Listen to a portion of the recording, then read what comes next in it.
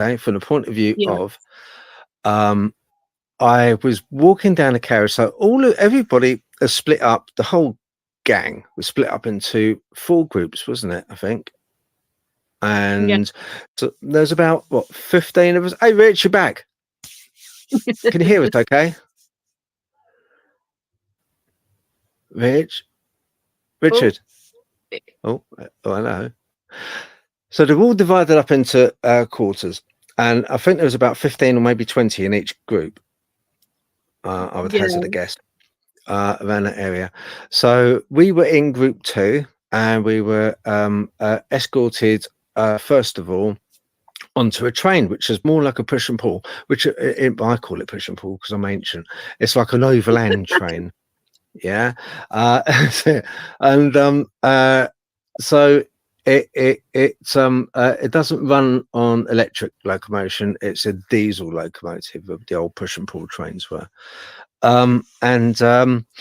Yeah, so I went off down the bottom end of the carriages, as I normally do, just drifting off. You're Yeah. back, Rick.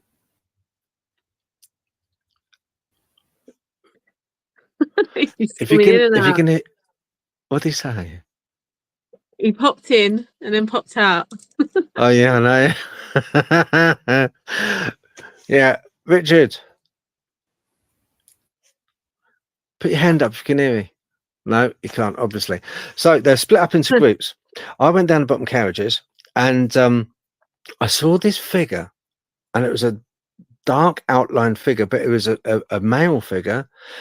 In between the carriages, there's like toilets. There's little cubicle doors when you go in years ago, in the good old days, we could go for a wee in them.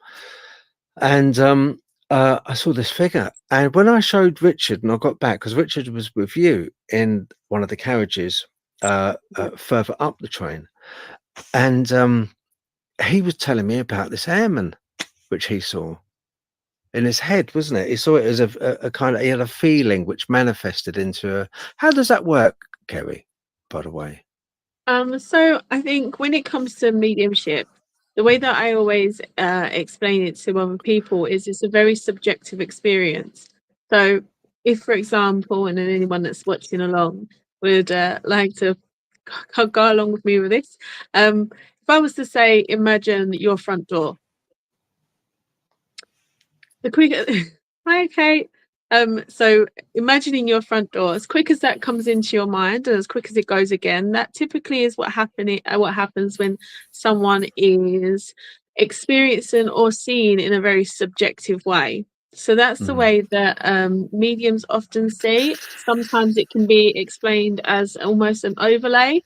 So you're fully aware that that person isn't physically there, as in it can't be objectively seen, but you can also see that person standing there almost like an overlay. So it's a subjective experience, but it is, again, going to that door example, imagining your front door as quick as it comes into your mind and as quick as it goes again.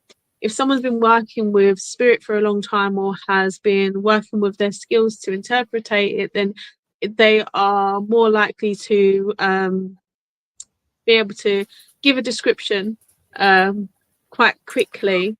But I think it can be open to interpretation. So there can be sometimes errors in when information is shared. But I think Richard done a really good job in actually explaining what he saw as well, which was quite interesting. And he done some research around it as well, which was really good. Okay. Yeah. Because when I showed him the photo that I took, he was like, I was quite stunned really, because he was like, ooh.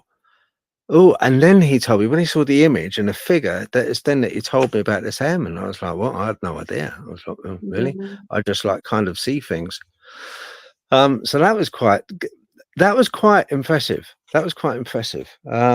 Another thing that I found quite impressive was when I was down the bottom carriage, I actually turned the camera and I had it on thermal camera. And as I turned it, Kerry, I picked up this image, and it looks, like the old archetypal ghost where you see a sheet over and you see that dark eyes with it. It's like that. And I thought first of all it was my reflection, but it couldn't have been. I looked, and I double checked it when I was doing the edit, and with thermal camera and with the lighting rig I've got like infrared cameras as well, which are on. So as well as thermal, I've got infrared. So those lights you would see in my reflection. When I do catch my reflection, you can obviously see those lights, even though a human can't see them. You can see them in a reflection. Does that make sense? Because the infrared picks it up in a reflection, Okay. off glass or anything like that. And I caught this image. It looked just like a flipping ghost. I didn't need scared. I was like, "What the hell was that?" And I done it. I really took a long time. I done it on an edit so that it could show it actually, and I slowed it right down, then still paused it. But I'll load it up for you to see, and hopefully, it'd be interesting to see what you think of it. Are you back, Absolutely. Richard? Apparently so. Yes. Can you hear me now? Yeah. Can you hear me now? I can hear you. Yeah. Yeah, good. That's all right then. I know. I think it's atmospheric. It must be. It's just playing up. Funny enough, I was watching on there's a really cool program on Disney at the moment. I was watching. I don't know. You might like it as well, Kerry. It's and you, Richard. It's Agatha Alone from WandaVision. Agatha. All along is. I see it all along. I see it all along. I completed it. I'm only on like the third episode. Oh, I binged it. Actually, do you know when I did watch it? I watched it whilst I was waiting for Richard. I started it quite early in the day, but when we was doing because I can't hear Kerry. I can hear you, Phil. Oh, I can't hear Kerry. My router. Oh, okay. No. Maybe if you have a little look at your settings and just go onto the your where it's got audio. It's got a drop down box on audio, and it may be a case that it's running through some Bluetooth but then if you can hear me, you should be able to hear Kerry. This is running direct. Yeah. I can't even see her either. So. Oh, can't you? All right, hang on. Let me just take. I'll move you from stage for a minute. Stay on. I'm just going to have a little look and see what your settings are a minute. Yeah. Right. Another thing I was really I'm just going to have a little look at his settings. Bring them back on. Okay. Right. Another thing. Is that better, Richard? Well, Kerry's name's come up, but I've just got the spinning donut where Kerry should be. You're okay. Wow. Possibly seeing the same thing Phil's doing right now. Can you see Richard, Kerry? Yeah. Okay. And you can hear him? Yeah. Okay. I'll tell you what, Richard, whatever we say, just agree with. Okay. I will just sit here and and you can speak to me directly, Phil, whenever you want me to intercede. Yeah, I was talking to Kerry about that airman. That you saw in your? Can you explain to the people watching, like when you saw this airman, how it came to you and how you kind of like interpret it? I mean, Kerry's sort of, because I've asked Kerry how mediums and see spirits, and she explained it really rather well. So it's not a trick question. It's just I wondered how it came to you, basically, how you picked up on it, because it was quite definitive to you, wasn't it?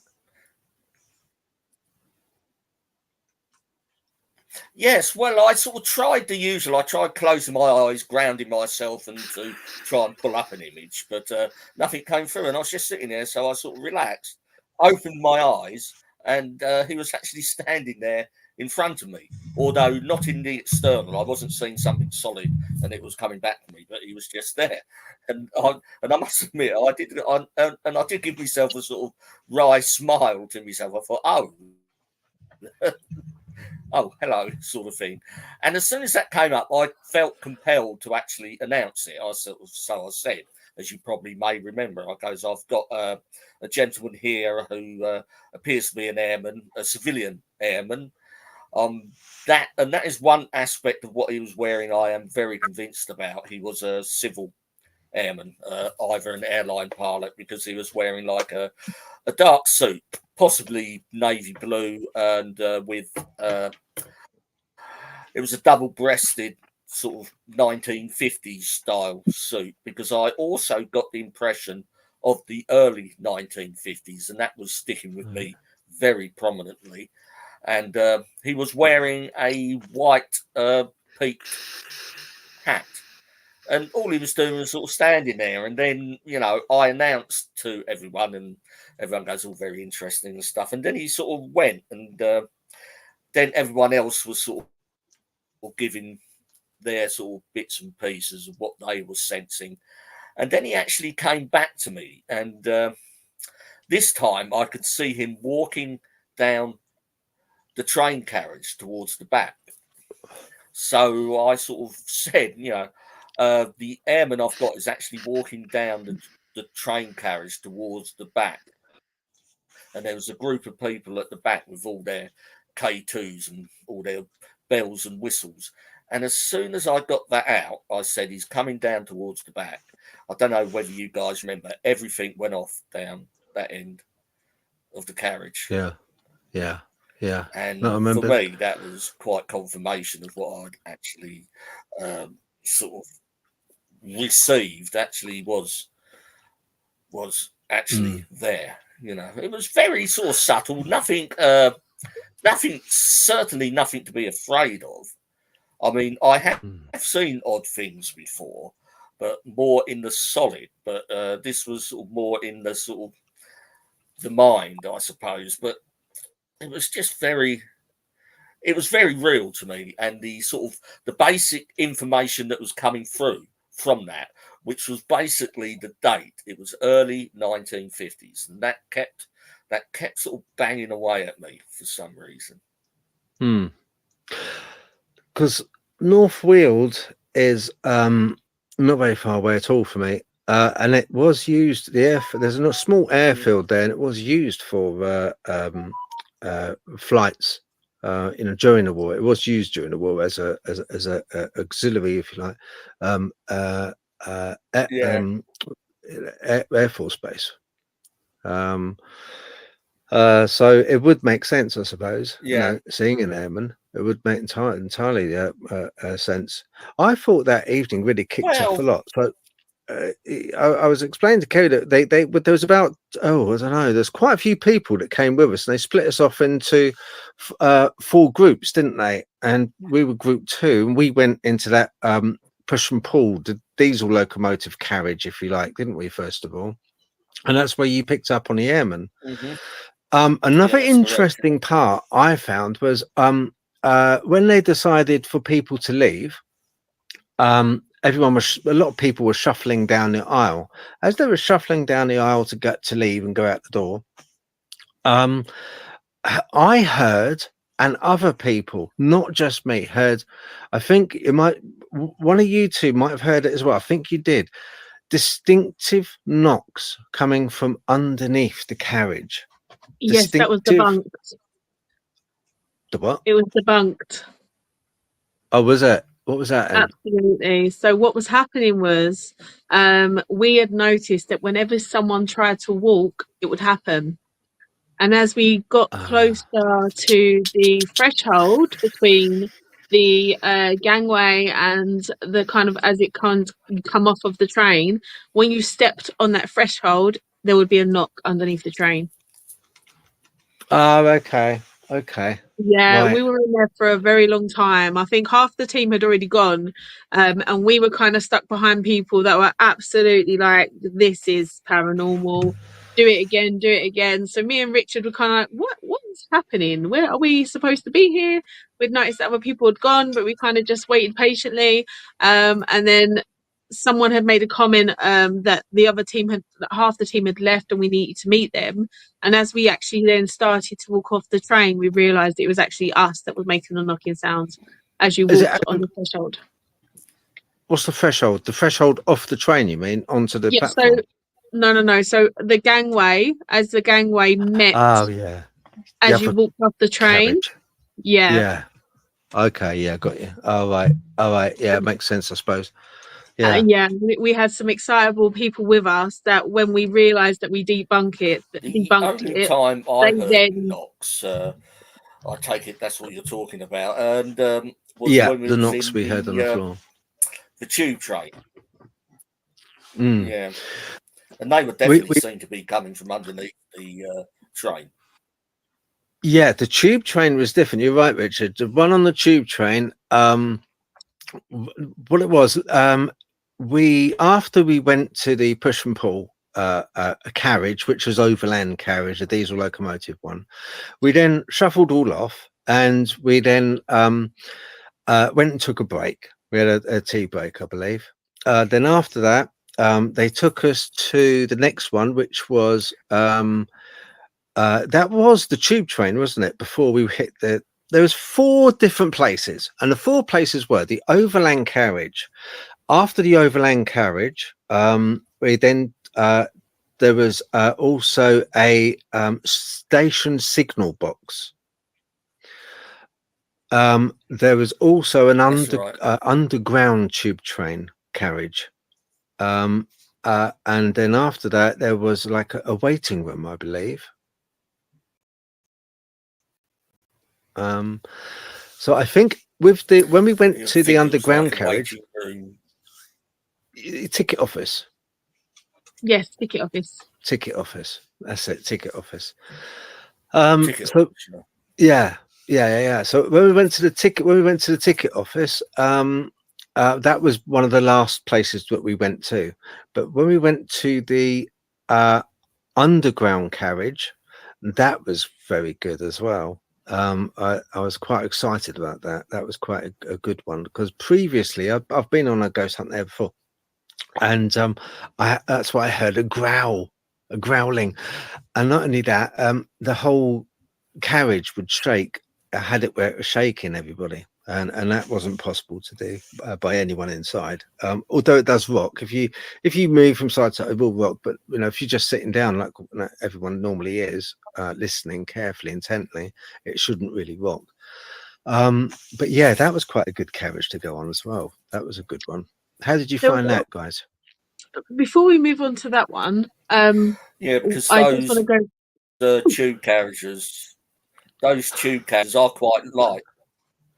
Those tube carriages are actually quite light compared to the other carriages we were actually on, because they are quite solid built, good old fashioned train carriages, the sorts I remember when I was a kid. They're all wooden, everything. But the tube,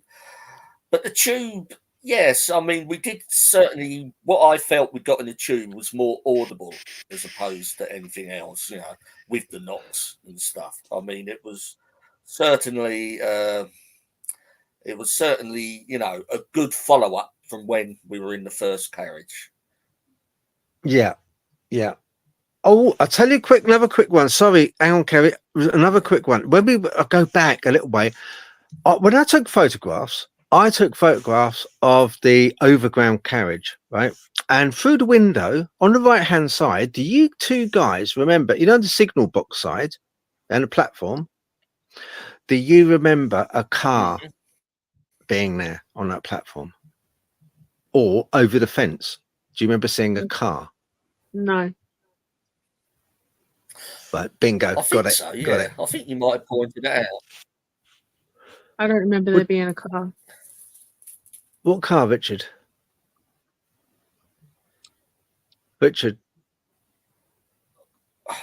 Was there a yellow car or something? Was there a yellow sports car or something the other side of the fence? I didn't see one. I'm trying to think. This one wasn't yellow. Oh, So right. when I took photographs of the carriage, I used a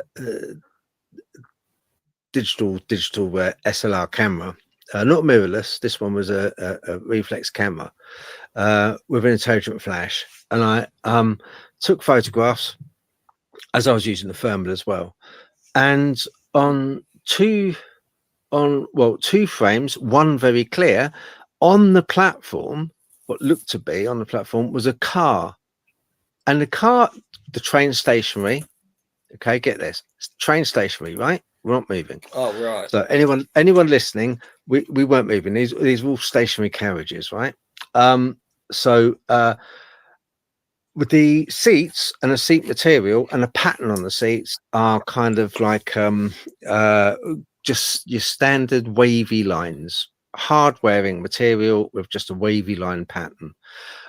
But it's great for me from a photographic point of view because it gives some context. If the camera was moving, then the wavy lines on the seat would come out blurred. This wasn't. But what was blurred was the car out the window.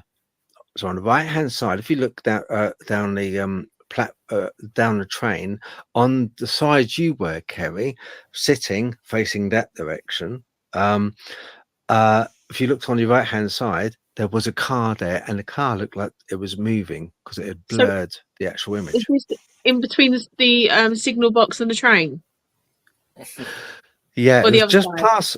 Yeah, no, signal box and a train. I've got photos going down that way from Have you? standing. Yeah, so I'm standing in front of the signal box, looking alongside the train, looking down the platform. So I can send them over to you and see if there's anything that could give an Yeah, indication of what that could possibly be. But that'd be really interesting. really interesting. Yeah. Yeah. Okay. Sounds good. You were talking about signal box. Our signal box is very special to you, Kerry, because something very special happened. Well, Could you explain to us the series of events that happened with the signal box when we went in? yeah, well, there was a number of things that happened during the investigation on that on the event, and the first one actually started in the carriages, the four carriages. I think when we set the scene of that, there was 15 of us all together. There was a number of people using different pieces of equipment, and it was all kind of happening at the same time. Phil, in particular, you'd left at that point and kind of gone on your lone mission.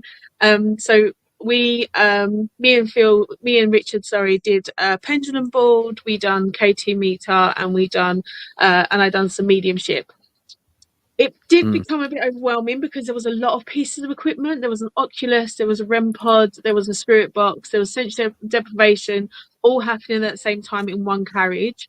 But at the end of that session, I said to Will, who is one of the lovely guides of the event, that someone is going to have a really profound touching of the leg at some point this evening. mm. And actually, you told me about that at the end, didn't you? So that was the first thing I got that was quite that got verified, or yeah, as the evening went on. Yeah, So I said to yeah, Will, yeah. It was quite violent as well. What happened was, I'll just explain for you, Rich. What happened, Richard, was Okay. right. So Kerry was talking about the signal box when we went in, but also she was talking about she had a feeling, and she told one of the staff who took us to the place, escorted us round, they organised it, that during the evening someone's leg is going to get either pulled or touched or interacted with in some way. She had a strong feeling about that. Now, I missed that bit. I wasn't there. I didn't hear it. I was off doing my own thing as I normally do. I just disappear and drift. I drift a lot. So I knew nothing about that at all. Yeah, I knew nothing at all about that. So it was a surprise to me when you guys had packed up and had gone. I was just packing up my gear because I'm slow. So I was packing up my gear and getting everything together. And the younger guy with a beard who works for the ghost hunt tours people, he came up to me, he said, what's the name of that lady that was with you? I said, oh, yeah, she's part of, she runs the team. Yeah, Kerry, Seventh Sanctum team. Yeah, she runs, yeah, Kerry. She's, that's it. He said, Mhm. can you give her a message? And I said, yeah, sure. What is it? That's no problem. And he said, she mentioned that somebody in a group or someone tonight would have their leg pulled. I just wanted to tell you so you could tell her that we had someone who did have their leg pulled. If they're listening tonight, please just comment. Yeah, just to confirm this. If you're listening, comment. If you're part of, what's that team, Kerry, was it called? Ghost Hunt Tours. Ghost Hunt Tours. If you're listening or know of Ghost Hunt Tours, can you just let us know that, you know, we're on the right track and this was right. The young guy said that a woman's leg was violently pulled, so much so that it really hurt her. Something twisted her leg kind of like in one direction against her will and hurt her, actually hurt her. It was that violent. So you were bang on with that, Kerry. Yeah. So that was the first bit of mediumship that was kind of verified throughout the evening. But then I had two other experiences, once in the signal box that we were going to, but also I also did the same experiment that we did in the signal box in the tube train as well. Richard was there when I did this, so Richard could give a bit more information about it rather than me, because obviously I was in it, so I can remember bits and pieces, but it's kind of very fragmented. So Okay. Richard might be able to give more information about the one that happened on the tube Yeah. train. Richard, what Kerry was saying was in the signal box, first of all, if you could explain to people what the signal box was used for, and also the series of events as you saw them happen in regards to Kerry when she was doing her human pendulum. So, because I'm not in, a signal box, I get the rough idea of what it used to do. It used to change tracks, didn't it, and things like that with levers.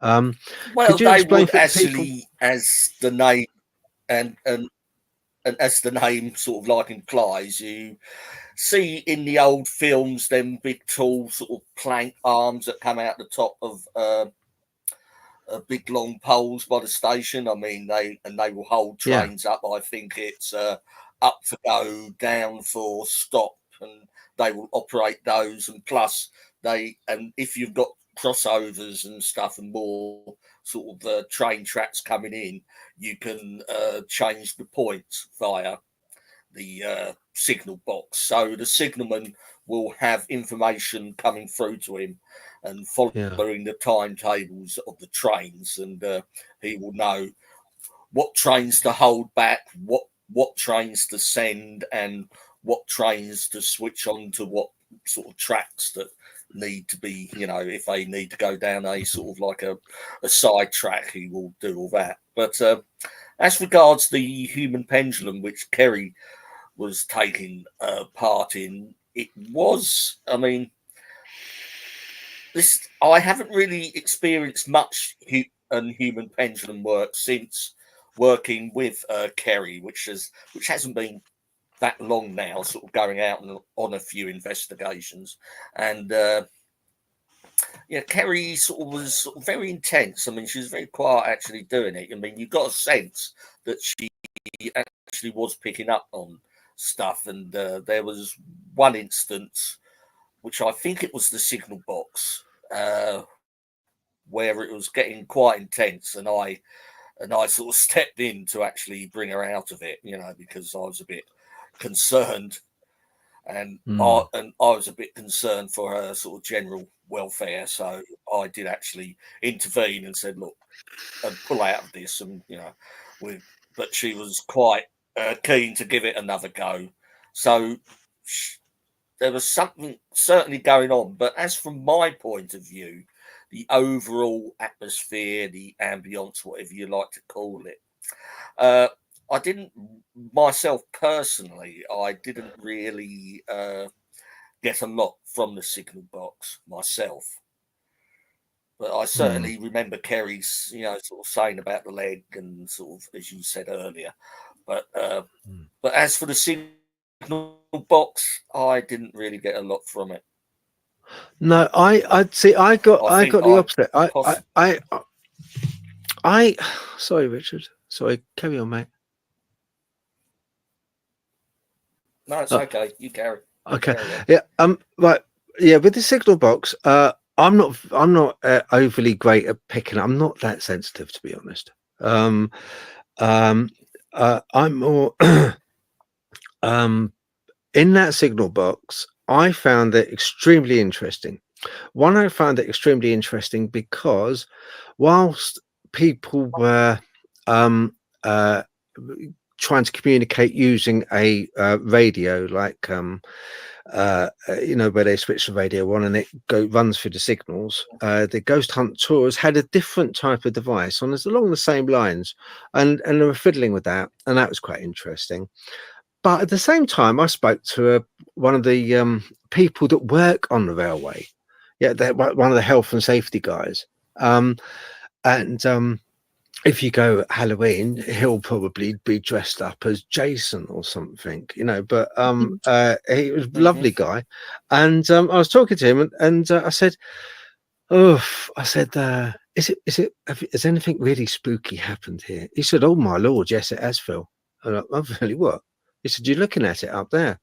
And I looked up, and there was a box. So basically, you walk into a signal box, and you go upstairs, and it's like a big wooden shed on stilts, and then you've got all of these levers, and these levers actuate the rails, so they actually can move trains from one rail to another. And years ago, when a train came along, it didn't have all the data tags that they have now, where they're kind of all connected via GPS and computers, and they know exactly where they are. They would strike a mechanical type switch, and that switch would then ring a bell in a signal box. So it would kind of like actuate a bell, and then the guy in the signal box would go, "Oh, hang on, there's a ding ding, train coming. Okay, I'll put that sign up, go. Yep, here we go, and then I'll change the track on the lever." Lovely. That was the whole job of this little box on the wall. Very important box. The heartbeat really of the whole thing of the signal box, and this little bell attached to this box, because that would actuate when a train was coming. He said, "You're looking at it, Phil." I was like, "What, that bell box?" He said, "Yeah." He said, "Very, very often we hear that ringing, but no train's coming." And he said, "I'll tell you another thing, Phil, that it's not something that can easily be actuated other than a heavy train going over the switch." And I was like, "Really?" He said, "Yeah." He said, "I swear to you, I've got no reason to lie." He said, "Because, you guys have already paid to be here, but you've asked me a question. I'm telling you, that has gone off, and we've heard that quite a few times." That was one instance. So that was kind of, a bit, "Oh, really?" And then Kerry really amazed me. What they asked people, they said, "Look, will anyone come forward to do a human pendulum?" And me being me, because I use a stick because I'm waiting on the hip hop, right? So I mean, if people don't know that by now, but I'm still waiting for any donations. But regardless, I tip at the best of times anyway without mistake. So it's not the wouldn't be the most best person really for a pendulum. Anyway, I saw Kerry stand up to the mark yet again. I thought, well done. And rather you than me. So I thought, right, okay. So I then got it. I didn't take much notice of it at first, I've got to be honest, because I don't really hold a lot of confidence in it, because I think, if people are swaying, they might just sway because they want to say. If you sway, I think, to the left, it's yes. If you sway to the right, it's no. It's that type of thing, or forward and backwards, yes and no. And then, and it's like kind of, you've still got that awkward thing. And and I know with Seventh Sanctum, it's a great group. I tell you why I like it. It's because it's got people like me who are skeptical, and we're not just blindly, oh yes, human pendulum, of course, it works every time. But this time, I think it absolutely did, and I'll tell you why. I got it on film. Kerry stepped up to the mark, and they asked her questions, and she answered them by swaying forward, swaying back. And she kind of, when you look at her face on camera and you see her doing this, her face sort of changes somehow. I can't put my finger on it, but it does. It doesn't physically morph into something, but you can see she's in a state of deep trance almost. She's really away with the fairies, I'd like to put it. It's intriguing to watch. It really is intriguing to watch, you know. Anyway, she was answering all these questions. Now, when you're a human pendulum, you'll have two sturdy men, one in front of you and one behind, just in case you topple. So they will catch you.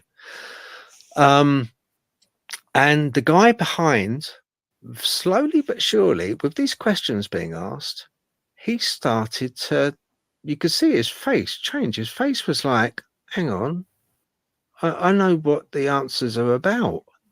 And then he started asking more pertinent questions, more directed questions rather than the general ones. And I thought, where on earth is this going? And Kerry was answering them. She was answering them. And he started asking even more personal questions. And it came down to questions about his father.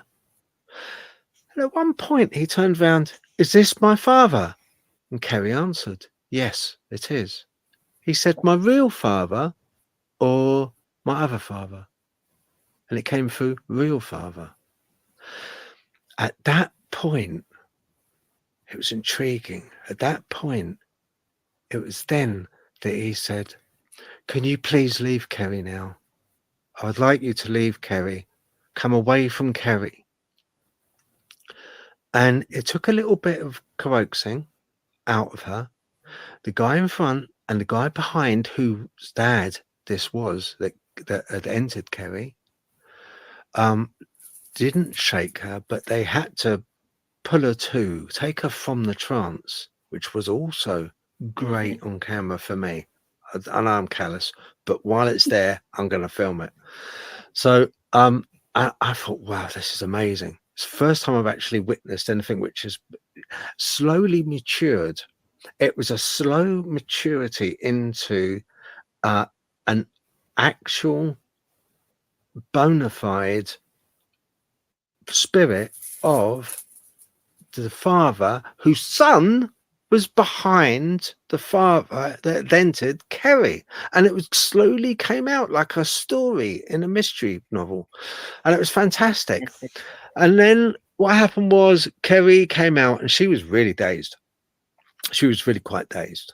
So at that point, the guy who's was supporting her standing behind her, whose father it was that we were talking about, that came through in for using Kerry, he then left. He said, "I've got to have a break." He said, "I've got to go." You could see he was upset. Bless his heart. He left the signal box and he went down the stairs. Me being me, I followed him because I said, look, to the other guy, the one who's in charge, I said, look, shall I go make sure he's all right? He said, yeah, if you don't mind, Phil, that'd be brilliant. Thank you, mate. I said, no, that's fine. So I went down and I started to talk to him and I said, look, are you okay? And you could see how, I wouldn't say stunned, I would say upset. He was quite upset. And I said, at first I couldn't understand it, because if a dead relative of mine came back, I'd be like, you know, kind of, well, yes, brilliant. I'd be like, wow, you know, I'd be like, oh, grandma, you're back, excellent. You know, you were always a great cook. You know, run us up something, or you know, she was always a good laugh. I know she would like kind of mess about, and it would be like, I don't know, it would be kind of. There's nothing in anyone that I know that I'm related to that I'd be worried about or scared about, or I would want them to hang around. I'd feel some kind of security almost in it. You know, I wouldn't be afraid of. I'd be like, oh, brilliant. You know, you've made your presence known. You know, it's really nice. He wasn't. He wanted his father to leave Kerry, and I said, why was that? Why did you want him to leave so abruptly? You know, I thought you would want to talk to your father and ask him questions and see he was all right. He said, no, I won't go into too much detail what he said, but no, Ruby, good girl. He turned around to me and he said, sorry, it's my dog, Ruby. She's on the bed whining. He said, it just wants a pat. And he said, no. He said, you don't know my father. That's why I wanted him to leave Kerry. You don't know. He you know, if you knew, you wouldn't want him in, you know, I wouldn't want him anywhere near Kerry.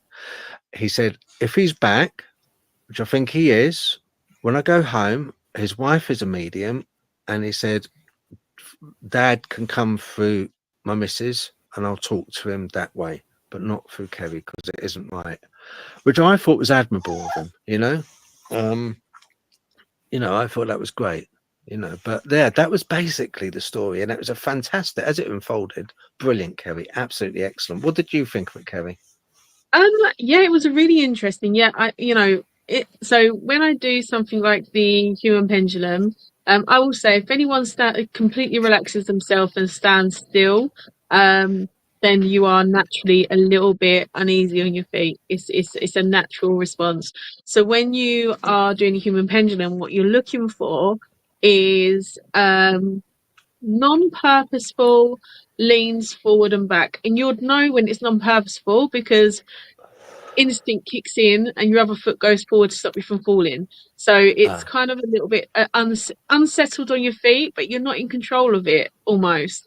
So what I do is I call spirit in. So I'm a trance medium. So essentially what I was doing was allowing spirit to come close enough to be able to have an impression on me.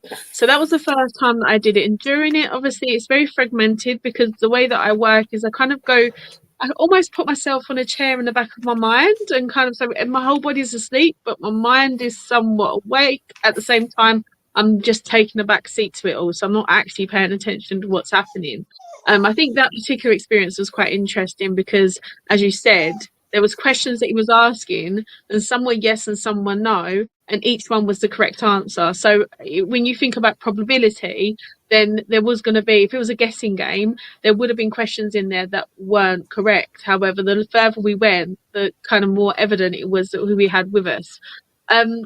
I wasn't ready to come out of it. So when I did come out of it, I was still very kind of dazed, and kind of that's why I was kind of not really. I know that when we went outside, Phil, we had a bit of a chat, and even then I still weren't fully with it almost, because of obviously it's like anyone that goes into a meditation, if you've been into a deep meditation, you know how you feel, especially if you've got to come out of it quite abruptly, and that's what happened. I had to come out of it quite abruptly, which isn't ideal, but at the same time I understood why that was. I think I had a similar experience. Phil, you was at the other end of the carriage on the London underground train, and that was when Richard had to pull me out because he wasn't happy with what we had made contact with, and it was and I think the three gentlemen that I was working with, so the two in the signal box, I'd originally worked with them in the tube train before with Richard, and all three of them become quite unnerved with what I had started to work with, not because they were unnerved with who it was, but probably that I was put in a bit of a vulnerable situation in that communication. Essentially I was being a conduit.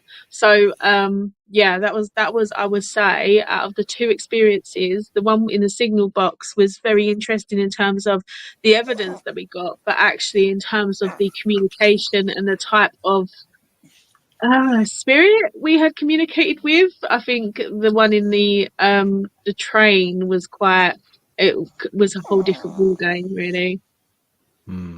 Yeah. So I wasn't down your end of that train. No, you weren't. So you were doing your alone vigil. So what happened was, you was with another lady at the end of the train. We was at one side. What we had started to notice was that physically we could see things moving. So even though I'm a medium, I would always say I'm not very woo-woo in terms of I sit in psychology, I sit in science. I prefer to debunk than, for example, when we were talking about the knocking on the trains underneath the trains.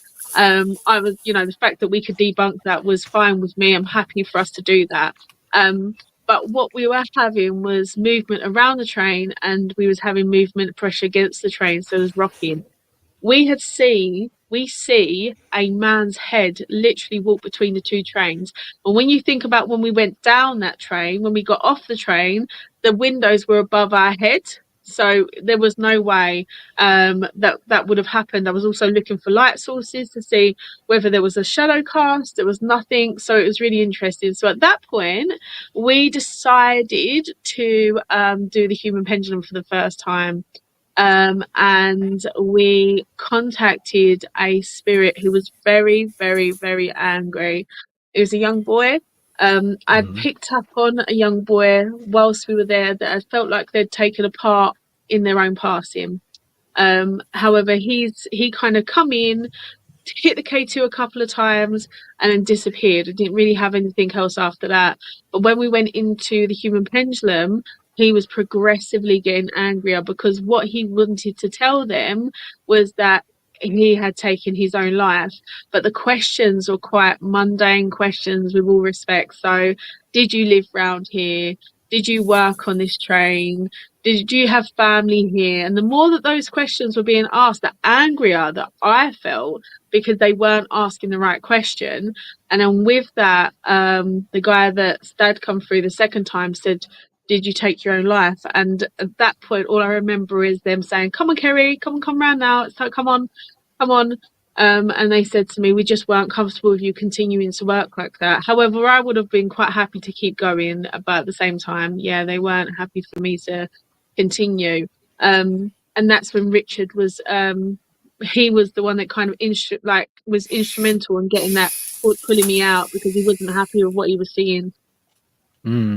Richard, Kerry was saying that when she was in the tube train carriage, she kind of like went into another not trance, but she had contact, and you at the end you weren't very happy as you spoke before. You weren't very happy and pulled her out.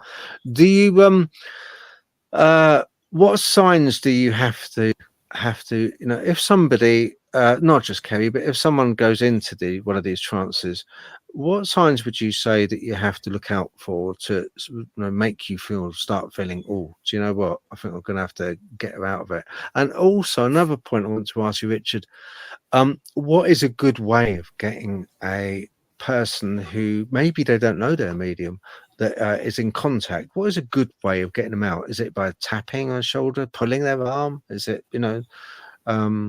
what would you say is the best way? I find, well, particularly with Kerry or anyone, it's to talk them out of it. It's like when and heaven forbid if you're faced with someone that's going to jump off a building or something, you try and sort of have that tone of voice when you sort of try and sort of calm the situation and just sort of talk them down. I mean, I'm not too sure I use any particular sort of tactics but I tend to sense when things aren't going, or to not so much to plan. It's not as if I knew Kerry was sort of losing control of the situation, because I know she is very good at what she does. And, but there are sort of points where you think, this doesn't feel quite right.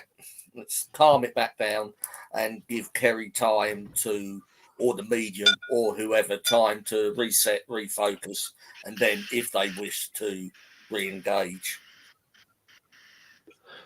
Okay, all right then. Yeah, that makes sense. I suppose, talking them down.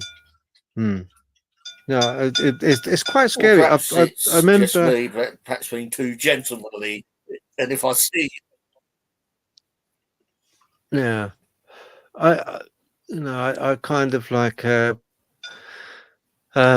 remember friends, a friend of mine had epilepsy, and I could tell when they were going into epileptic fit. They kind of like had a feeling, and that was it. Almost, it's not as bad as that, but it's when you look, and the first time I witnessed it, it's quite scary. And when I saw Kerry do the human pendulum, and when she was so deeply in that trance, and that the guy that worked at the place, he slowly recognized what she was talking about by signing out these.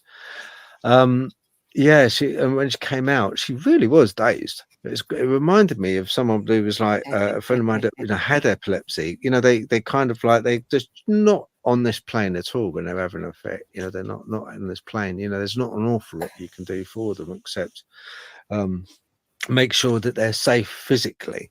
And make sure they don't hurt themselves, bang their arm against a hot radiator or. What I tend to look out for as well is everyone else. I think the situation we were talking about with Kerry and what you're referring to, everyone else around that was sort of paying attention were also getting sort of like a bit confused about what was coming through and stuff. So I thought, well, this is all getting a bit muddled.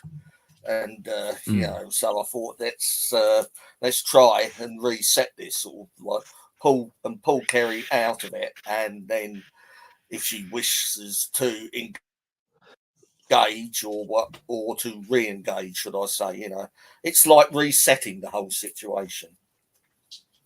Yeah. No, hi Brian. Yeah, no, I get it. Yeah, which is necessary. I think sometimes it's necessary.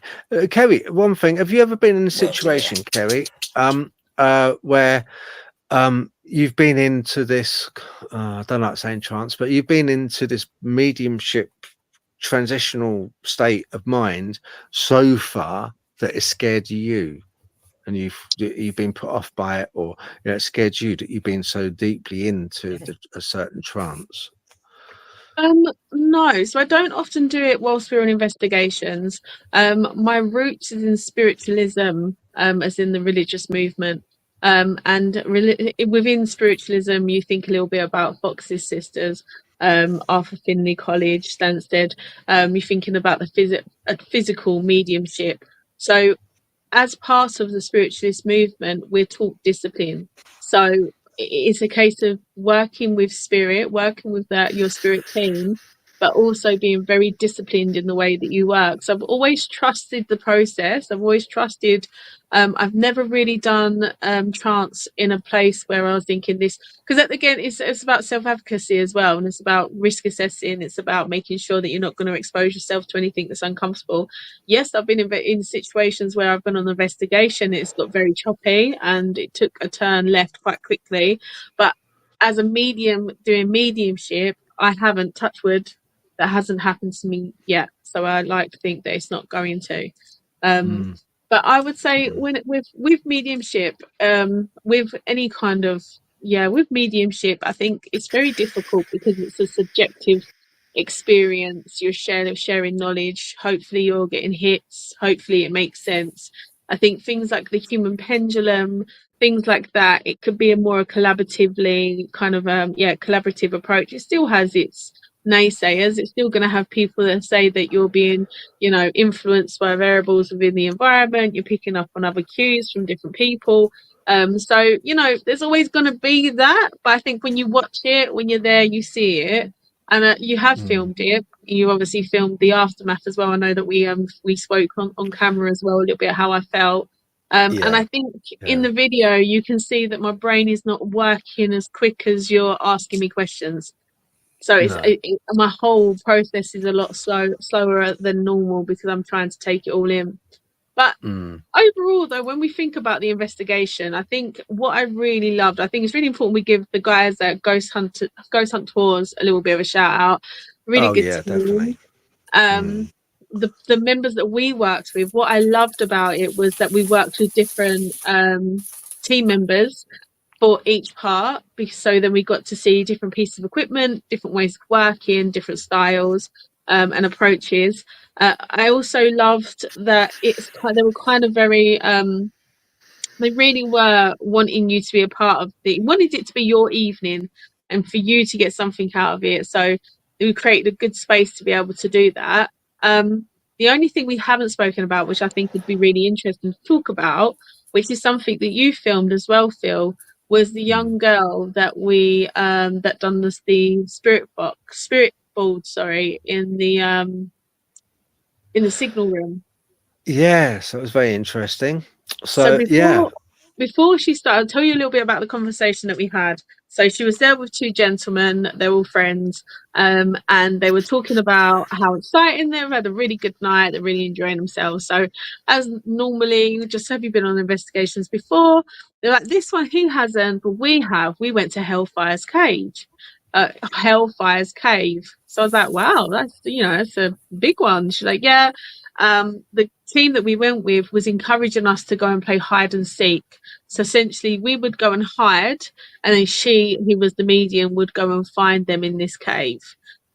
Whilst there, they did the spirit board, and something come through the spirit board that really, really unnerved her, and she was convinced that from that point something was following her.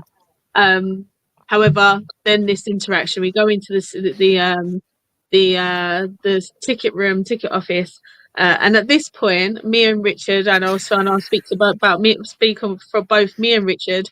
Our social battery, our paranormal battery was starting to wind down, so we were observing, and they got the spirit board out. And there was some really interesting results. The only thing that I found was maybe a bit peculiar was one of the reactions that you got, Phil, when someone asked if the entity that was on the board was Zozo. Yeah. And what happened then was the woman was really uncomfortable. She's like, how dare you ask that? And that baffled me, because I thought, you're using an instrument to contact spirit that is known to be a communication tool, not just to human spirits, but then got really uncomfortable with the fact that they weren't communicating with a human spirit. That was really confusing for me. Yes, I know. I didn't quite get that as well. I mean, anyone that's used or witnessed like a spirit board, very, very often you get the name of one particular gateway keeper, I like to call it. Really, it's a very low level, extremely low level guardian demon of the, if you like, that often pops up on a spirit board, and it pops up and spells out Zozo. A lot of it is like sort of is ancient Sumerian, Cyrillic demon.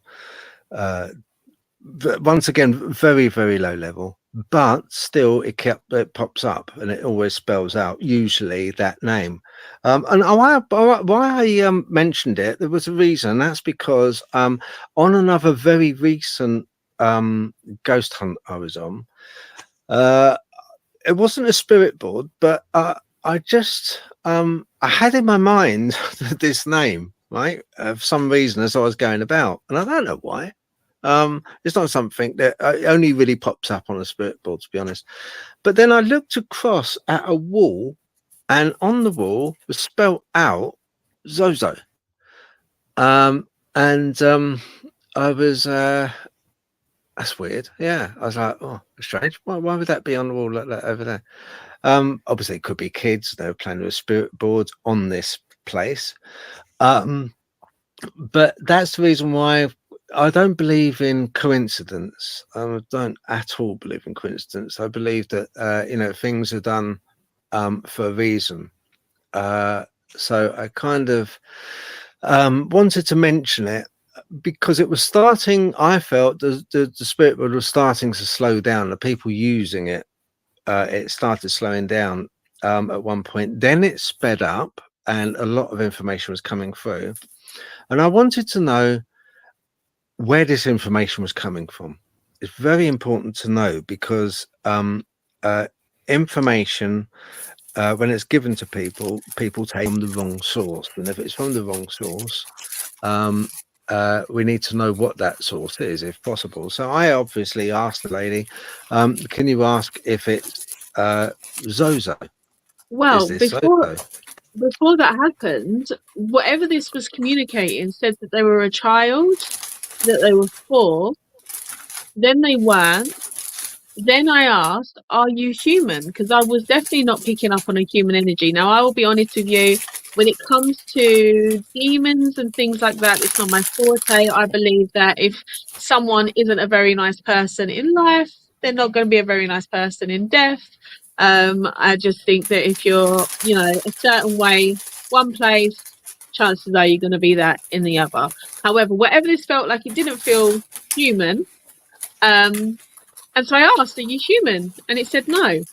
So then that's when you said, I'm going to ask the question, are you so? And with this woman just looked up at you and said, why did you, you've got it on film. Why did you ask that? And I'm thinking, but you're playing with something that can quite easily tap into any plane or any type of energy entity. You clearly aren't prepared for that to be the case. This is where I kind of get on my soapbox and believe that you shouldn't be messing with anything that you're not prepared to work with or know how to work with. And she wasn't prepared to work with that. And I'm not saying I'm always prepared to work with the things that I do. But again, that's one of the reasons why I don't use a spirit board per se. But this again was chaos. It come through as a 4-year-old, a child, then it come through as an entity of a man, then it said it wasn't human. Then we asked for a name and it gave a name. And then as it went on, I said, are you the energy that has worked with this girl in Hellfire Caves? Something to that long effect. And he said, yes. So then she said, did you follow me from the graveyard? So I'm thinking, where are you playing with these spirit balls? What are you doing in graveyards with spirit balls as well? As literally Captain Howdy taught you nothing, is what I felt. Yeah. You might as well light the fuse and away you go in a graveyard as well, especially if you're sort of like youngsters as well, younger. And then they weren't old, were they? No, they weren't. And then it transpired that this entity said, and I'm not saying it wasn't, but this entity then said he was a pirate, that he was attached to her because he looked like she looked like his ex-wife, Agnes, and then said that she said, "Is there anyone else with you?" And he said, "Yes," and he said, "Your dad." And then she started to commune with her dad. And I did watch.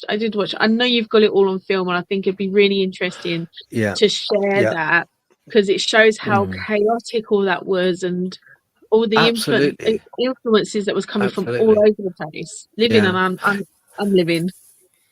Yeah, I agree with you. And you see, the thing is, out of anything to use for divination, I think a Ouija board is one of the most dangerous, because there is a certain symbiotic relationship you're having with the spirit in a spirit board at any one time, or spirits.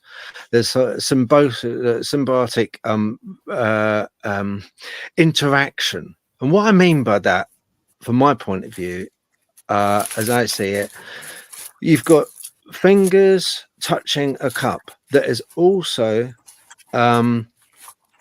so you've got people and people's wants, needs. Maybe people have lost somebody, maybe people are wanting something out of it. Maybe they're wanting, and you should never go into any spiritual medium where it's you're wanting something out of it.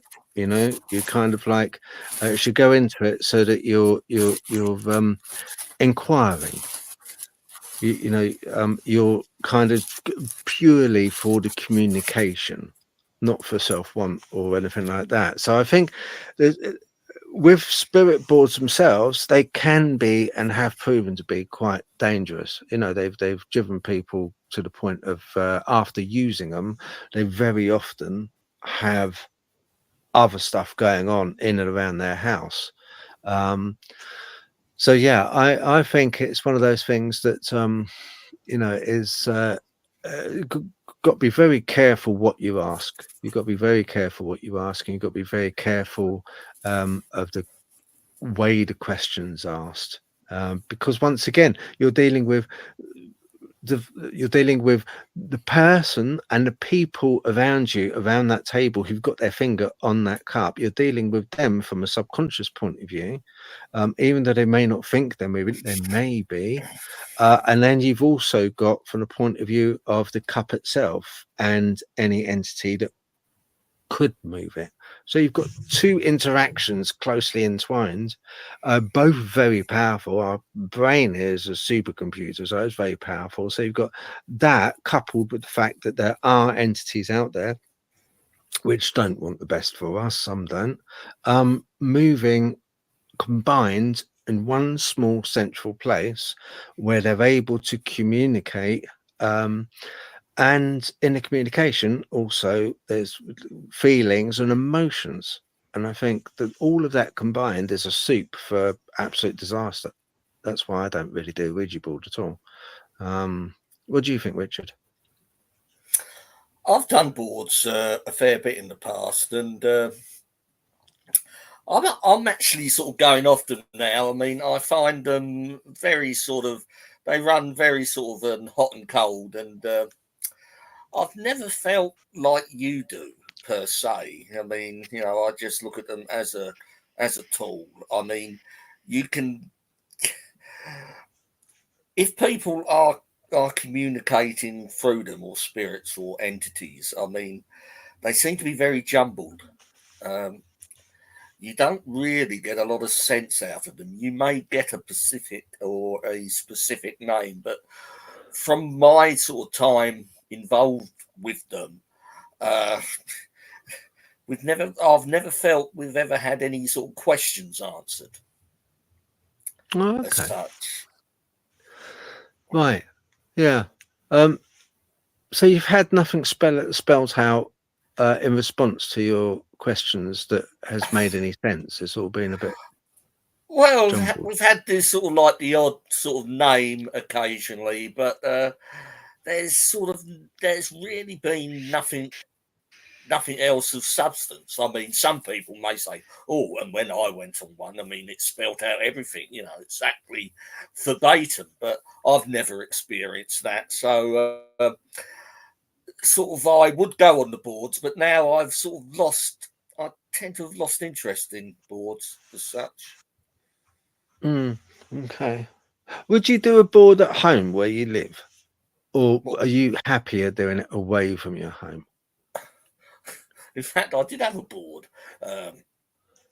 here, and I lost it for a while, and I never found it for yonks, and I couldn't think of where the hell it was, and then I did actually find it. It was directly underneath where I was sleeping, and directly underneath my bed, and no, I've sort of kept them in the house before, and I've never really felt, you know, to me they're Mm, just a bit of a wood or a cardboard, even with words on them, and that's how when I wasn't engaged using them, that's how I viewed them, right. as a sort of Okay. a mental way, I suppose, of cutting myself off for it. I goes, right, Mm, I've used you for what I've wanted to use you for. You can go back in the toolbox now, and I'll get something else out.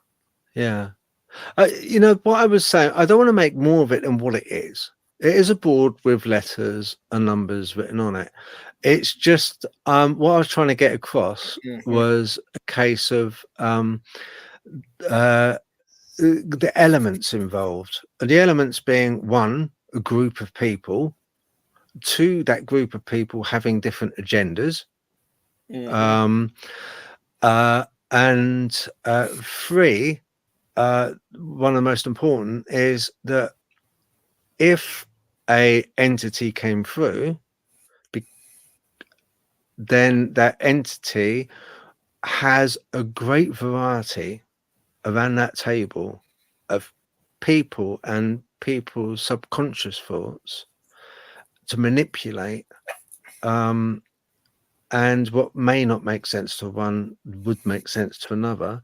And I think that the whole soup song of an Ouija board spells out in the long run for a bit of disaster. I know it's been used since antiquity. It's been used since, I mean, Houdini was one that Mhm. used to like to witness sessions on a Ouija board. He never, I don't know if he did it himself, but I think he liked to witness it because he was one to, he debunked a lot because of his fascination with if there was something after we die.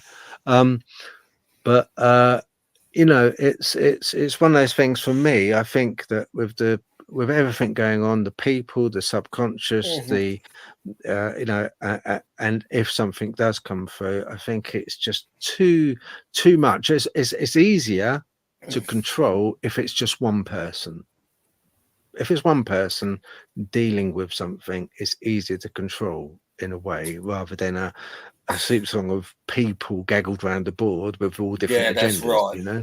That's right. That's why I particularly like earlier on in the evening, Kerry was using the pendulum board, and that Mm, is you're using one person as a conduit. And now I can see Kerry. Can she hear me now? And okay.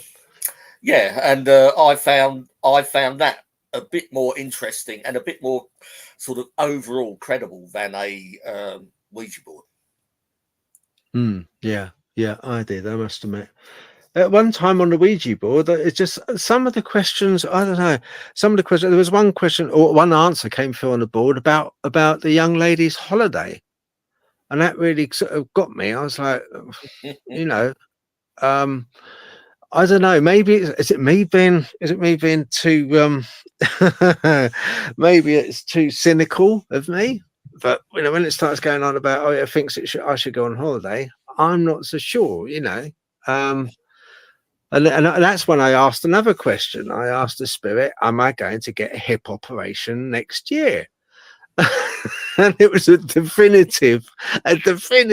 This is the lady where I said, "Is Zozo there?" A definitive no. And All the I year think, after. oh yeah, I know. And I think the thing was at that point she was under the impression that she was communicating with her dad at that Oh, point. I see. Right, got That's you, why she got you. asked, you know, are you happy with me? Do you approve? Because she felt like she was at that Mm, point communicating with her dad. So that's why she asked that question. But yeah, I just think, like you said, there's so many variables, there's so many things that are going on. And also, you know, when we think a little bit about the people that were using that board on that evening, we have a young person who, you know, I have no idea of their experience in the paranormal field, and I can't, you know, take that away from someone, you know, who's obviously doing ghost hunts and stuff. But the first thing that anyone is taught when using a spirit board is to close properly, because no, you can't, it's not about getting attachments, but it's actually about closing a door. But if you're aware that something is following you and you're communicating with that everywhere you go, is that mm, door being shut? Is there a shut door there, or is there, you know, what is happening for this to occur? And again, I'm sharing my thoughts, and I have no real insight of what that world looks like for that young lady or how she communicates. So it might be a bit ignorant me saying that. I just think that that it is right. It is a piece of equipment. When used correctly, it can give some really good evidence. But um, even if it's like a, you know, the thought, there is still a negative association with the board. And even if that's just the thought alone is the negative association, it opens up so much, even if it's just within the narrative and it's not the actual spirits themselves. there is that this is a really, you know, adrenaline chasing piece of equipment to use. Are we using it in the correct way if we're having things kind of, you know, following us, Yeah. or we believe, even if we just believe that that's the case. But then, you know, there's always that same argument, is that the spirit board is no different to the, you know, the spirit box. It's no different to the Robert radio. It's no different to the Oculus. It's just a different way. It's just evolved. So, yeah. I've got one comment from, sorry, Richard, got one comment for, I have a Jehovah's Witness friend. He was doing the Ouija board and the spirits told him to unalive himself and travel the universe with them. I mean, that's fair enough, but that's an awful lot of glass pushing, you know. That glass has got to move a hell of a lot to write all that out, my friend. And but you know, there is also now a Jesus Christ Holy Ghost Ouija spirit board, if anyone's seen that. I didn't know there was a Jehovah's Witness one either. Yeah, there is. The cross is a planchette, is a cross. And you can speak to Jesus themselves according. I'm not mocking in any way, shape, or form. Have a look on Amazon. It's on Amazon. I did. Right, okay. £36. Yeah. I heard a funny thing, you know, the other. I'm not sure if I told you. I might have told you already. With Coca-Cola, you can go on their website, Coca-Cola, and you can actually put on there. You can have a can made to your own sort of like. There's like to Kerry, to Richard, written on a Coca-Cola can. You know, I don't know. I haven't had one done, but you know, I've kind of like, you know, just I heard about this. I think it was on the radio, actually, to be honest. I think it was on a talk radio show. Yes, it was on a talk radio show, very well known national talk radio show that I listened to an awful lot, starting with L and ending in C. And the guy came on, and because they were talking about everything that was going on in the world and about, you know, kind of Christianity, and they're talking about, you know, Jesus and, you know, about the Muslim and all that. I'm not going to get onto it, but evidently this guy said that they will put like Allah and other names on a Coke can, but if you try and write the name Jesus to put on a Coke can, they won't write it. There's no option for it, and it's strange. I suppose that's probably a political move. They don't see an line. Oh, you said he can do it, Allah. Yes, that's what he said on national radio. Yeah. There obviously needs to be a bit of a deep dive there. It could be more about the Christianity not being associated with Coca-Cola rather than vice versa. But it would be interesting to know more about that, considering what Coke was literally that. It might be a move away from that. I know we've had some chat as well in the comments about the Ouija board. Obviously, when we're discussing, we don't mean any disrespect to anyone else. Please don't feel like we are. I think it's just we're sharing our thoughts and people's experiences. And when I mentioned the Christianity Ouija board, I wasn't mocking. It genuinely is. What I think I struggle with in terms of the Christianity spirit board is that when we look at how communion with the dead is like portrayed as, it's something that the Bible really does kind of teach to avoid. It does hammer home. It goes, you do not communicate with the dead. That is one sort of thing the Bible does hammer home. So make of that what you will. So that's, I just thought that there was quite interesting concept considering the ideology, and it might be a marketing gimmick. It might be a marketing gimmick. If it is, it's genius. Yeah, of course it is. Yeah. But no, I agree. You know, it's you know, anything we discuss here is because we went there. We went there with other people, and of course, you can't help but, you know, discuss situations that other people are in, because they're, for instance, after the Ouija board, they then started doing table tipping. So this table, so what they've done, they put I videoed it as well, and they put all these little a good idea actually, all these like matchbox cars and they had some Matchbox cars on a table and a couple of cat balls, which are flashing balls which light up if you move them, so they've got motion sense on them.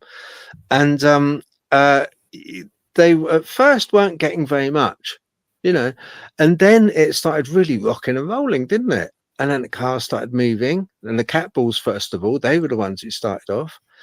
I thought, oh, well, this is exciting. And because it wasn't Ouija, I thought, oh, I'll put my hand on there as well. I'm going to give it a go. You did as well, Kerry, didn't you?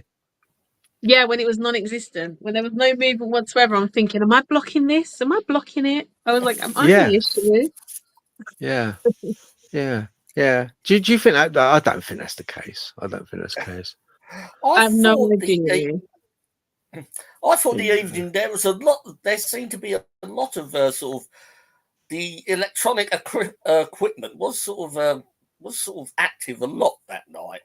From your K2s and your cat balls and all sorts of mainly the flashing light lot. And we were sort of speculating whether there was a lot of sort of bleed over from the original railway tracks, but that part of the line is not electrified anymore. So I think when we first started, the investigation in that I mean, everything was going off. We had someone doing sensory deprivation, and they were having clear sentences. I didn't hear very much of it, but I was aware it was going on. We had K2 going. We had a K2 going on our table, and that was going off. Yeah. The only thing I will say is that we didn't do a baseline before we started. I wish we did. Yes, I wish we had done a baseline before we started, because we have no idea whether that is just what it's like there or whether we had communication going on. But there was a lot in that first bit. I have ND, I have neurodivergence, so that was really a lot of sensory going on at one time, because everything was going off. It was mental. But then towards it kind of, as we separated as a group and we were using more kind of working together in a smaller group, because we were in one big group for the main cart, but then the signal box and the underground tube, we were separated in two separate ones, so we were a lot smaller in groups. And then in the ticket booth, which was where we kind of all come together again, and then that's when it seemed to, everything. But we didn't use any electronics since then. At that point, there was no electronics going on. Had table tipping and spirit board, I think, but then the K2. I do remember when we were doing the table tipping, that at one point someone said, right, everyone step away from the table, but I couldn't see whether the table, because I said to Richard, is that still moving? And Richard said, I don't know. So was it still moving when everyone stepped back? I think some of the objects on the table may have still been moving. Well, Phil saw it. So what was your opinion? It was interestingly enough, because I put my hand on the table, just one hand, because when it was really moving, and then I asked the people in turn, take your hands off the table, just take your hands off, and they did. And with my hand still on the table, I could feel it moving. I felt that moving without their hands on it, because I said to them, right, all of you take your hands off, filmed it, it's all on recorded, and the table was still moving. Now that I can't account for, because believe you me, I would not move that table. There's no way in the world I'd go shaking it, not because I set out to debunk it. I do believe there is spirits, and I do believe there is ghosts. I've recorded them, but also I'm mindful of the fact that it's human beings at that table with their hands on it. So, I'm mindful always of that. So I want to make sure if it is moving, it's going to move of its own accord. And yeah, it did. It did. So yeah, I can confirm that. Another really interesting part during the evening in the ticket office, before anyone said anything, where I was situated, so basically you go in, it's only a small ticket office, it's not very big, and you walk in the door, and then they've set up the table with the Ouija originally on the table in the middle of the room, and you've got a small gaggle of people standing around and some on the board. Then as a little annex, a little room just off the main ticket foyer, if you like, area, and that leads you into another little tiny room, which I guess years ago would be where people would warm themselves up. There's an open fire there, and there's a little toilet. There's a little room, a little toilet at the end. Now, when I was standing in the main foyer bit, I could have sworn blind. I could have sworn blind that I saw someone in the doorway. Anyway, a little while later, there was a woman that kept looking. I saw her looking. She kept looking, and then she piped up and she told everyone. She said, "Do you know, I keep getting a feeling there's someone in that room. I can see something moving."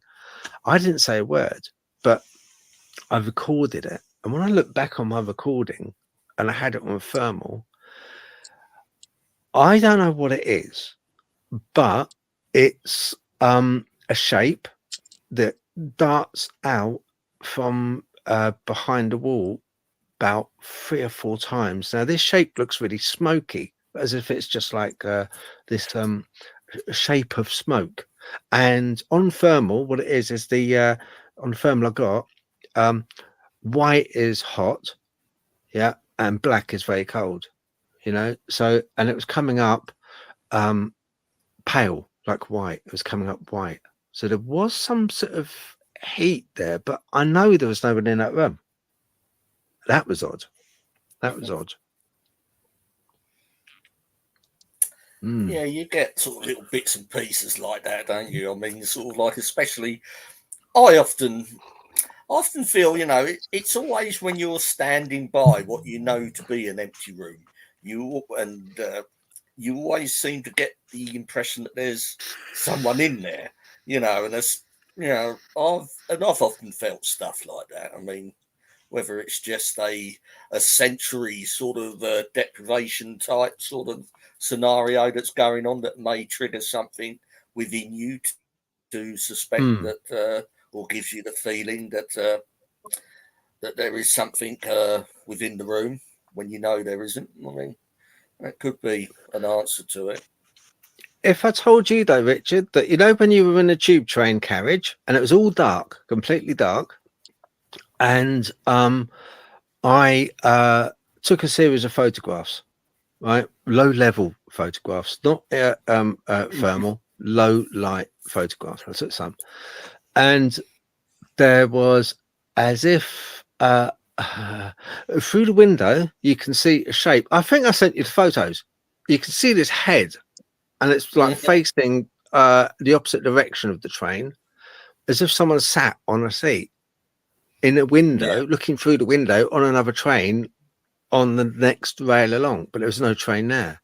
Yeah, I remember you sharing that. Or did you capture when I was with you? You was videoing down the length of the carriage to the far end, where the door was to the next carriage, and you got some sort of activity there, and that went on for quite a while. I was actually standing with you, and we were both looking at your screen. And there was certainly something sort of appeared to be moving around, and appeared to be sort of a figure of some sort. But I was wondering, sort of like, you know more about these sort of digital cameras, could that have been pixelation at the distance it was trying to focus on a long distance and into what was essentially a dark space at the far end of the carriage? Yeah, it's essentially a dark space. If it's with that, I was it's difficult on video because video, I usually take the format of raw footage, which is uncompressed, right? So, but I find that the best for what we need, but it takes up a lot of memory. But I tend to use that, because if you're going to evidence, you might as well do it. You've got to do it so it's not compressed at all, because then you start getting a lot of pixelation. Naturally, what happens though is you do tend to get that. You do tend to get a slight blurring on video, you know, if it's very dark as well, because the sensor inside the camera is trying to always compensate for the low level of light. So in its compensation, it's kind of doesn't put stuff there, but it alters the light levels on the fly, which doesn't give a true reading. But what does count in my book is raw still images. So I took some still images of that carriage when we were looking down, and they're much harder for a camera to mess about with, if you like, in a way. If it's there and light is there, all it's doing is it's taking reflected light, right? Now, if there's no reflected light, it will read it as no reflected light, and it won't put anything in, it will just show it as the shadow. But unlike video, it won't compensate for movement and such. So I took some still images, and I can see a figure. I can see a figure, and that's when I came up, rushing up to you, and I said, I could see a figure down the bottom, and I showed you on the phone, and that's when you told me about this airman. And I was like, oh, I was putting two and two together. Whether I'm making five or not, I don't know, but probably am. But it was, like you said, a lot of different sort of funny. I got a lot of really weird captures, to be honest. I got one capture which was okay, get this right. In between carriages on the overland carriage, the push and pull wagon as we know it, because we're old, right? The push and pull diesel locomotive carriage. In between carriages in the good old days, I was taking care of this. You had toilets, didn't you?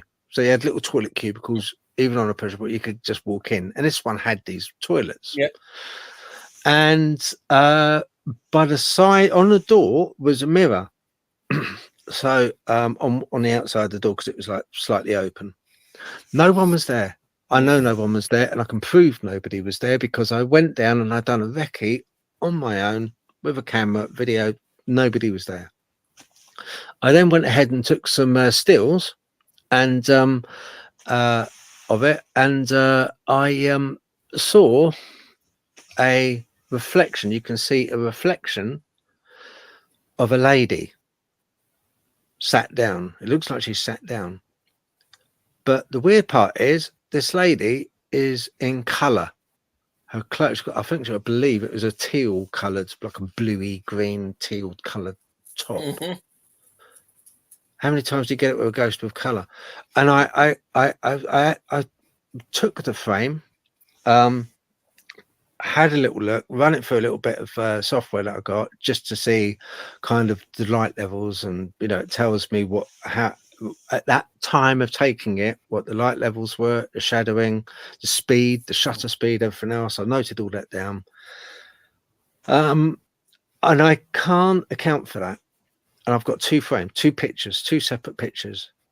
Well, actually, I've got three, but the third one is very blurry. But the other two are not blurry. You can see a woman in that mirror, and those two carriages were empty because I walked down there, side to side, all the seats empty, and nobody was in that toilet because no one used the toilet on that train, and no one went down there. I was the only idiot to go down the bottom carriage on my own. Yeah. So that was interesting. That's an interesting shot. I can't account for that. So it's an odd one. I don't know. I've never seen a color image of a ghost. Not yet. No, because they're usually sort of CCTV captures, aren't they? I mean, it's very rare. I have seen a couple of alleged ones. I think there's a famous one from a castle somewhere, not the Hampton Court one, but there's a face up in one of the windows that seems to be in colour. But apart from that, no, you are right. I mean, these sort of alleged captures are very sort of black and white in appearance. Yeah. It may be because of the time of day they normally are taken. It might be. I mean, it's cameras predominantly used at night, although the new generation of cameras do take night vision. I think there is a new generation that do take color at night, but I could be wrong. Oh, Let me know right. in the comments if I am. But you know, but usually, yeah, it happens at night, doesn't it? You know, so of course the cameras used, the infrared is always taken as black and white photography. I enjoyed it. I did enjoy that North Weald, and I thought this time around, going with you two guys, we had a lot more going on. You know, a lot more going on. Well, we didn't actually know about the. Well, I've heard of the place, but it was when you dropped a message a couple of months ago and into our sort of group chat, and you said, "I'm going to this. What's going on?" So I thought, yeah, let's give it a go. It's not all that far away from us both. And Kerry went, and yeah, I think there's a good time was had by all. It's certainly a very nice. It's not an overwhelming location. There's enough there of interest, even if you're not interested in the paranormal and stuff. I mean, there's plenty there of interest. If you're into old trains and stuff like that, by all means, sort of go for it. And for people that sort of may not be aware, it's North Weald. It's basically Ongar, isn't it? In essence, Ongar, Epping. It's sort of that way. It is, yeah. Epping's still used, but Ongar they stopped, didn't they? Yeah. Yeah, Ongar's the one that they stopped. But funny enough, there's a wood nearby that I go to, which still has, because they do run the train still, like for kids and stuff like that, special occasions. And there's a wood that I go to near to Epping where the train goes through the wood. And that's quite an interesting wood as well to go to. But I enjoyed it, and I thought that if anything else, it did make me think, and it did make me question. And in my book, if it does that of an evening, that's a good evening in my book. You know, I'm not one to really sort of like enjoy sitting in front of the goggle box, as my dad would say, and with my mouth open, dribbling, you know, putting on weight by eating biscuits and looking at nonsense. So you know, it's a good evening for me. It's a good evening. Yeah, and yeah, it certainly was a good evening. I've actually got to go because I'm getting messages through to my phone. I've got to phone my parents. So yeah, sorry to love you and leave you. Is Kerry still there? No, Kerry's gone. Oh, right. She's dropped off. She's had enough. She couldn't take it anymore with me. She's like, no, I can't do it. I can't blame her, Richard. People do get like that, you know. They're like, oh no, not Phil again, that big nose idiot. Oh no. So, you know. Right, well, thanks for inviting us on, and it was good to catch up, despite the early glitches. But oh my word, all my fault. Honestly, yeah, I was just trying a new thing with the laptop. That's all. But you take care. Thank you very much indeed, Rich. I appreciate your time. Okay, thanks a lot, mate. All right, take care. Bye, mate. Right, listen. Thank you very much for watching. All the usual stuff, you know, sort of like, share, subscribe, all that. That'd be great. And I appreciate all the messages. Wow, I've got loads of messages. Really, that's yeah, Kerry's teleport. I just read that. Yeah, that's right, man. Yeah, that'd be amazing, wouldn't it? Eh? That'd be absolutely amazing. But no, I'm pleased you enjoyed it, Jojo. You know, Brian C, Shade Viking. Salutes to you. Who else has been on here? Brian C. There was another guy on here as well. If I think right, is Joe. Joe's been on here, which I think is user dash. I won't say the rest, but Joe, you know me. How you doing, mate? You all right? And listen, thank you very much for watching. I appreciate it. Have yourself a lovely evening and a good week. Okay. Enjoy it if you can. You know, if it's not, you know, it's work, then you know, make the best of it. You know, we're all there, haven't we? All got bills to pay and that. And catch up with you soon. All right, take care. God bless. Bye-bye. see if I can do some outro music. Hang on. See if I can do some outro music for you. Let's have a look. I'm playing about now. Let's have that. Right. Yeah. Okay. And then some outro music. Daydreaming. Okay. Bye-bye.